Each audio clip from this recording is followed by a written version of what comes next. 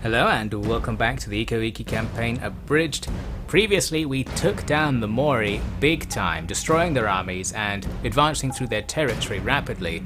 They tried to hit back at us with this sneaky strategy, throwing some rebels into our back lines, but we got away with that, and now we are at their final castle where I want to use some captured catapults to give them a bit of a bombardment.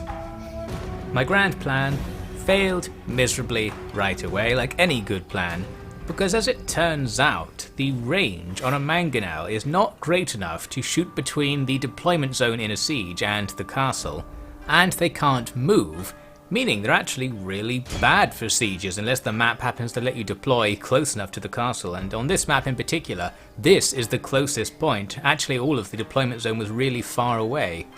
This means we can do almost nothing with the mangonel. However, I am just about in range of the edge of the wall, so I can target the wall if not the units on it. And that does kill units, because not only do your missing shots hit things, but you can get the old physics glitch where you blow up a wall and it kills everything nearby. There is one other option that came to mind, because with cannons with gunpowder siege, you can massively exceed their effective range by shooting manually using this first person mode. I don't think that works with mangonels, and I couldn't be bothered to find out, so after one miserable missed shot, I just didn't bother and just used all the ammo shooting at the bit of wall that was in range. We eventually grabbed one or two wall explosions, taking out some enemies, but unfortunately we don't have enough ammo or accuracy to effectively get multiple explosions down the wall and take out lots of units. So instead, we need to fall back on some slower siege tactics. First I thought I'll send all of these archers behind the enemy castle, where they can get nice and close on that raised bit of ground, shoot over the low wall and just kill everyone inside. But the enemy outrageously actually redirected their archers to stop me doing this. Normally they just kind of let you move up and shoot arrows into the castle, but here they're stopping me, outrageous, so I had to fall back and, well, effectively just do it again somewhere else, but all the other places were worse. So I wanted to do it over here at the east wall of the castle. There were also archers here, but they're low level archers, and guns slightly outrange low level archers, so I can gradually kill them for free.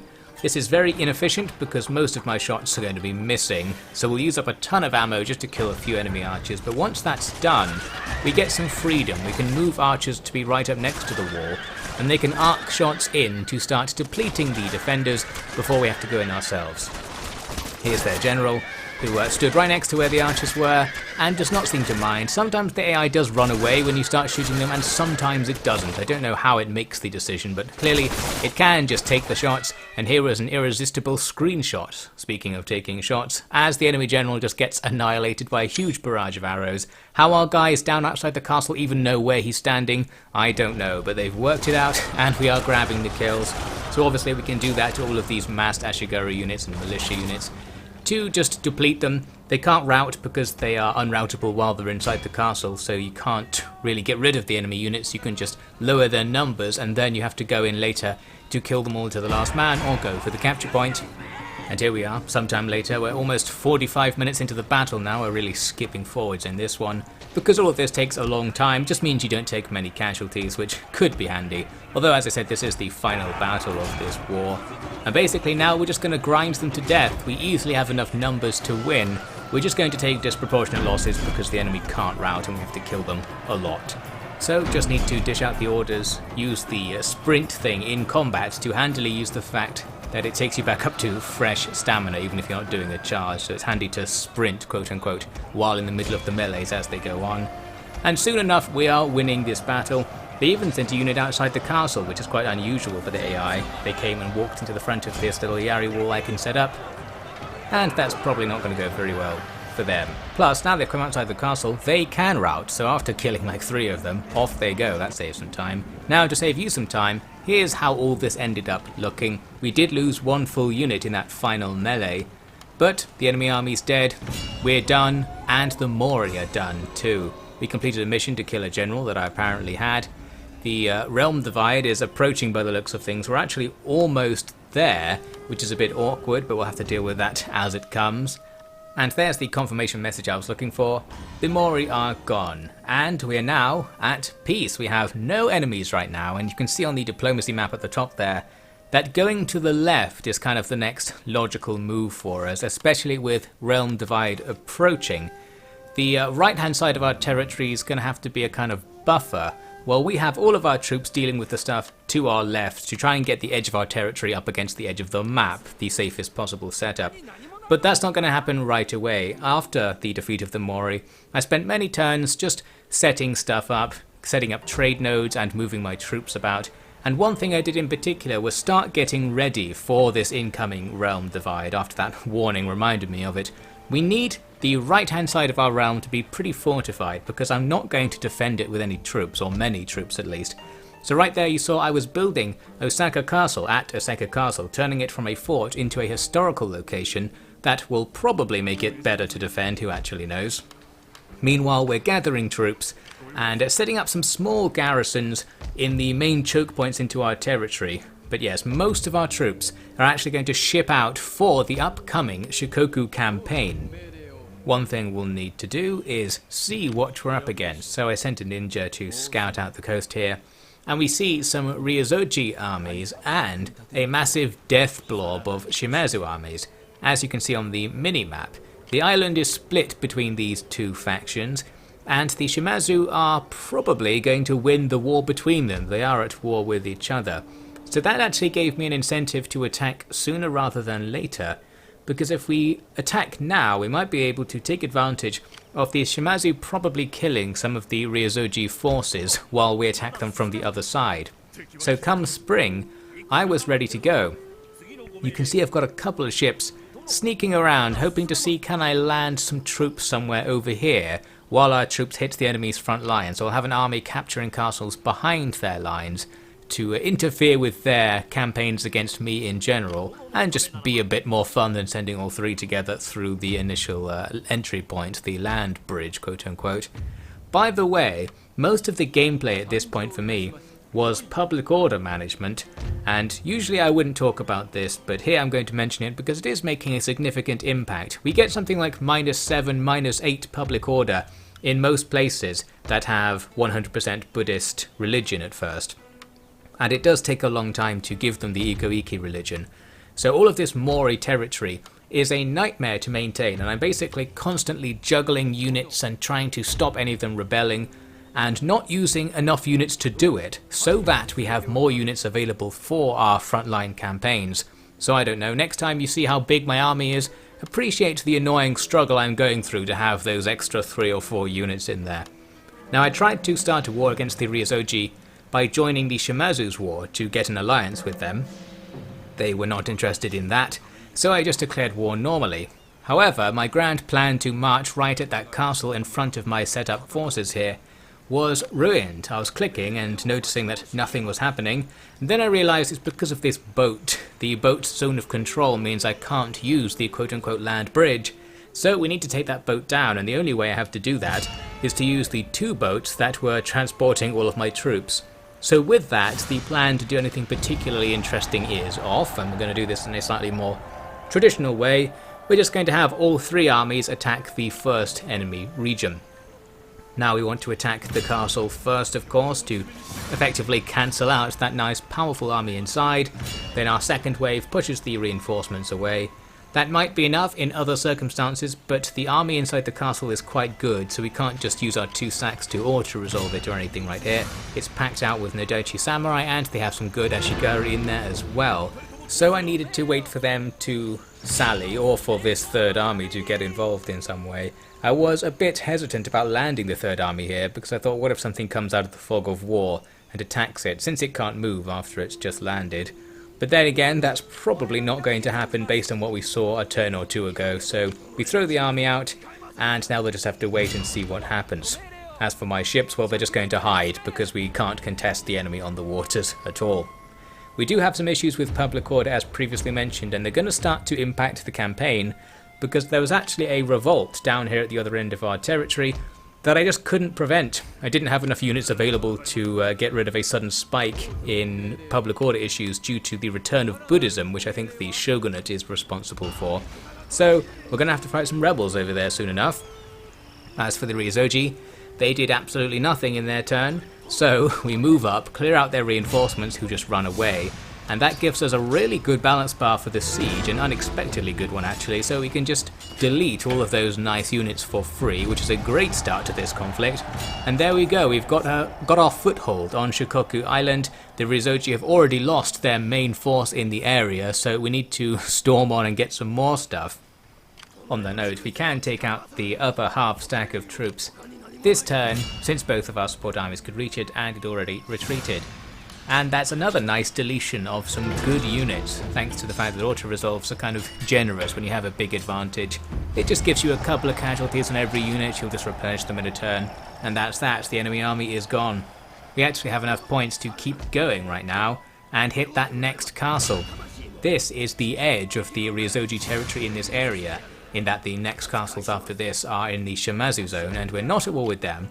So, by completely overkilling this place with 2 stacks, which I don't really need to do, we've now simplified our war with the Ryuzoji because they can only attack us through the snaking route along the north of the island, which is mostly choke pointed off by castles, so that'll keep things nice and simple.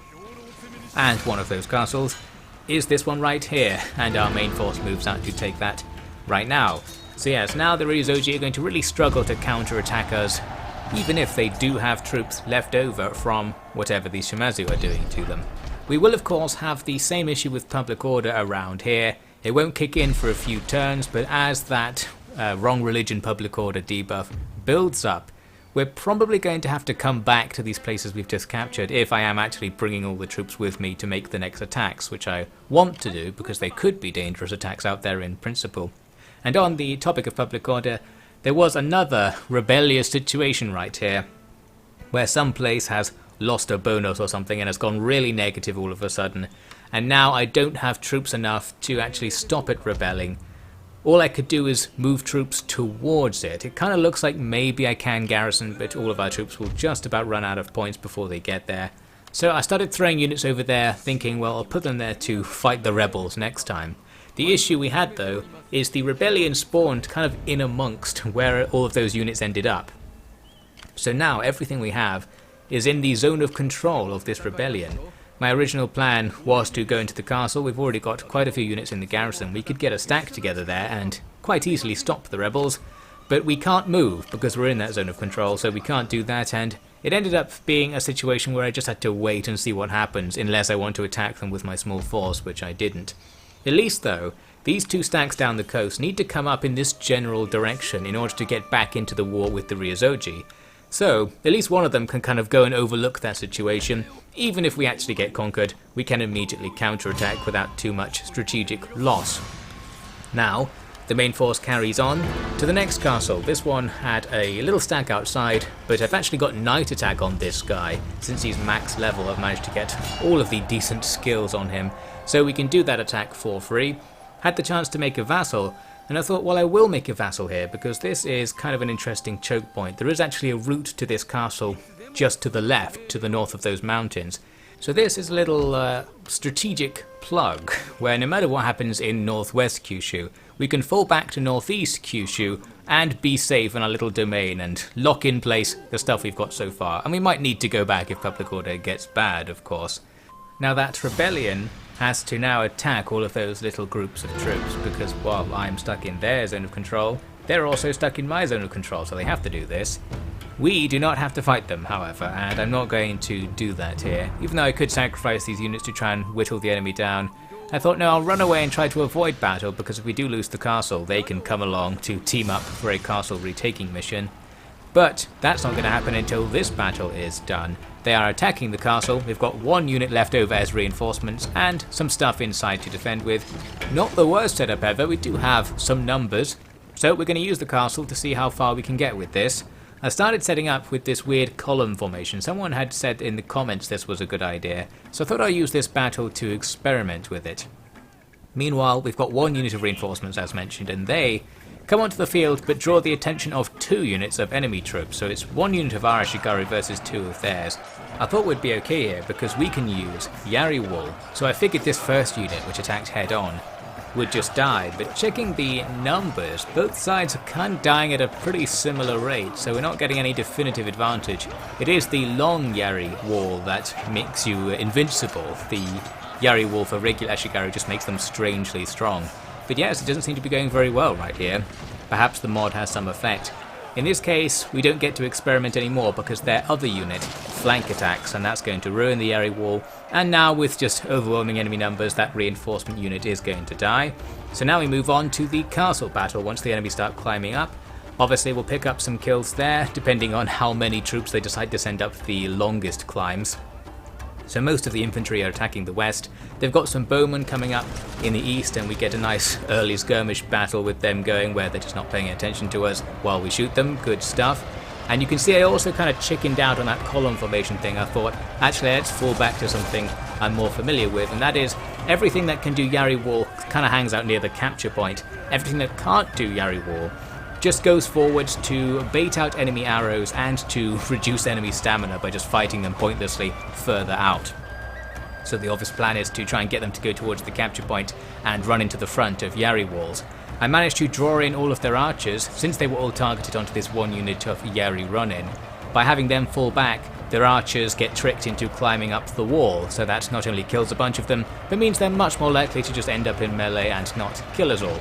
Across the battlefield, we do have lots of good engagements. We've got things like our katana retainers that can just annihilate the enemy's Ashigaru, and because they're a rebel faction, they don't have any of the bonuses you get from tech, so their units are weaker than our Ashigaru.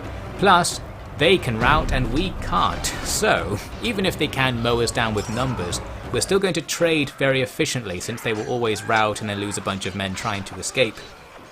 That might explain how one unit of militia over here is doing really well against the superior tier of units, the average Ashigaru. And over here, 2 units of Ashigaru are climbing up against some archers, and they're going to fail in this assault. They're already on the verge of routing just before the fight starts, so that's all looking good. And while the balance bar is still trash for us, it looks like enemies are retreating all over the place, so I think the balance bar is just being a bit mean overall. Our katanas in particular are doing real well. I can use the sprint ability to get 2 stamina bars worth of action out of them, and they can cut down this Ashigaru. Plus our Yari run-in Yari Wall can beat, well, everything on the field in theory. They kept running at us with the archers into melee, and that's going to go absolutely fine. They've already taken down some Ashigaru fighting on the capture point. And broadly speaking, we're fine here. The enemy started chain routing, so I've set up troops behind them to try and kill them as they go. This proved to be much less effective than I thought it was going to be. They just kind of piled through. So they are going to stop routing and come back in, but at this stage in the fight, we actually have control of the field. We might have lost most of our stuff, but we can afford to keep losing more. These are garrison units, and the enemy are getting royally screwed. The final straw for them is to send in their general to fight the front of the Yari run-in wall. Obviously the general is more dangerous, but the Yari run-in are still going to be able to cut them down, and that's that. Here come those things coming back from routing. But in this situation, they're going to take so many casualties climbing the wall again that we just don't have to worry about them. The general gets taken out, and that's the end of that really. Everything else chain routes, and we pick up a win. So, good stuff from the garrison. There was actually 1 unit of regular troops in here, the Yari run-in I think, that were doing all of the work. They've ranked up to max rank and lost half their men, but overall that's a fine trade because all those other losses effectively don't count. I was trying to see who actually got the most kills there. Looks like some Yari militia picked up a whole bunch of kills somehow. Maybe they were fighting routing units somewhere on the battlefield. But yes, that rebel army is down. We've held on to the castle, and that's a good sign for that other rebellion that's going on because it's actually a little bit smaller and we have more to stand against it. The real victory though was this actually. We had a mission to fight some rebels, and doing that means we now get, I forget what it was, like +5 public order for 8 turns or something. I can't actually read what's on the screen, by the way, if you're ever wondering. I commentate on like the 240p preview of the video, so I don't know what those words say, but basically something real good for our public order happened, and now we have a couple of seasons where we don't actually need to worry about it. I think I even managed to increase the tax rate as well thanks to that bonus, so that's real good. Since there's not much going on with the Ryuzoji, I could take 2 stacks forward and go for the next castle. Nothing there, so that's an auto-resolve. I think the Shimazu probably have the enemy quite distracted, and/or they don't have any men left. So at this stage, it seems like we're going to do fine in that war. We got a lucky break over with that other rebellion because none other than the Ashikaga Shogunate sent troops to attack these disgusting Buddhist rebels. So yes, thanks to the shogunate for stopping their religion from prevailing over mine. Good work. I guess they just really hate those proles. So we get that rebellion taken out for free basically, and that's that. Now back in Kyushu, we need to move on and try to strike at more Ryozoji territory before the Shimazu death blob moves up and takes it for themselves, and that death blob is getting close by the looks of things. Our next castle that we need to target is defended both by a full stack and some stuff in front, the zone of control of which actually stopped me from going around to besiege the castle to do the usual trick on these guys outside. However, we can do the unusual trick of night attack, which achieves the exact same thing without any second force required. So, our main army comes in to wipe out that little line of militia units, then the second army comes in to take out the other, even smaller group of militia units, and with that, we're in business. I had hoped that this busy work would be done by the Shimazu, but come to think of it, it's going to be hard for them to take out the enemy armies without taking their territory since they're on the offensive.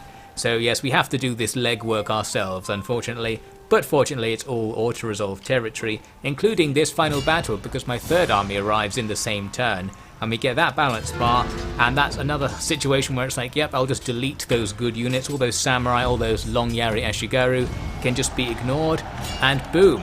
With this, the Ryozoji somehow still have one stack left over there. They did have quite a lot of stuff, but it seems inevitable that our 3 stacks will be able to push through and take what remains of that territory. I can even attack right now, but I didn't want to, since that one army on its own would be vulnerable. So here we are next turn. A whole bunch more stuff has appeared after I besieged the castle, but since the enemy's main stack, which did come over to help, gets pushed away by our sheer dominance, everything in the castle can just be killed with this auto-resolve. This is going well, we're auto-resolving our way to victory. A classic getting towards the late game campaign Total War situation. But of course with Realm Divide, that won't be the case forever. I actually take their other castle in this very same turn, using the old trick of sending the generals out ahead of the army to get a tiny bit more movement and battle range out of one of our stacks. So that's that really for the Ryozoji. Their remaining territory is down in amongst the Shimazu stuff, so that's probably not going to do very well. We've got ours though, we've got this nice foothold in northern Kyushu, and now we've got good choke points to use against the Shimazu. And of course the Shimazu are going to be our next targets immediately after this. There was though the matter of this remaining army. This battle wasn't quite an auto-resolve, because of the Shimazu actually. While auto-resolving that would probably be fine, I want to totally minimize losses because I want to attack the Shimazu as soon as possible. So while this episode hasn't had too much happening in it and it's just been packed with auto-resolves and fighting against rebels really, next time it's going to be the opposite. We're going to hit the Shimazu hard and we're going to see Realm Divide in part 10.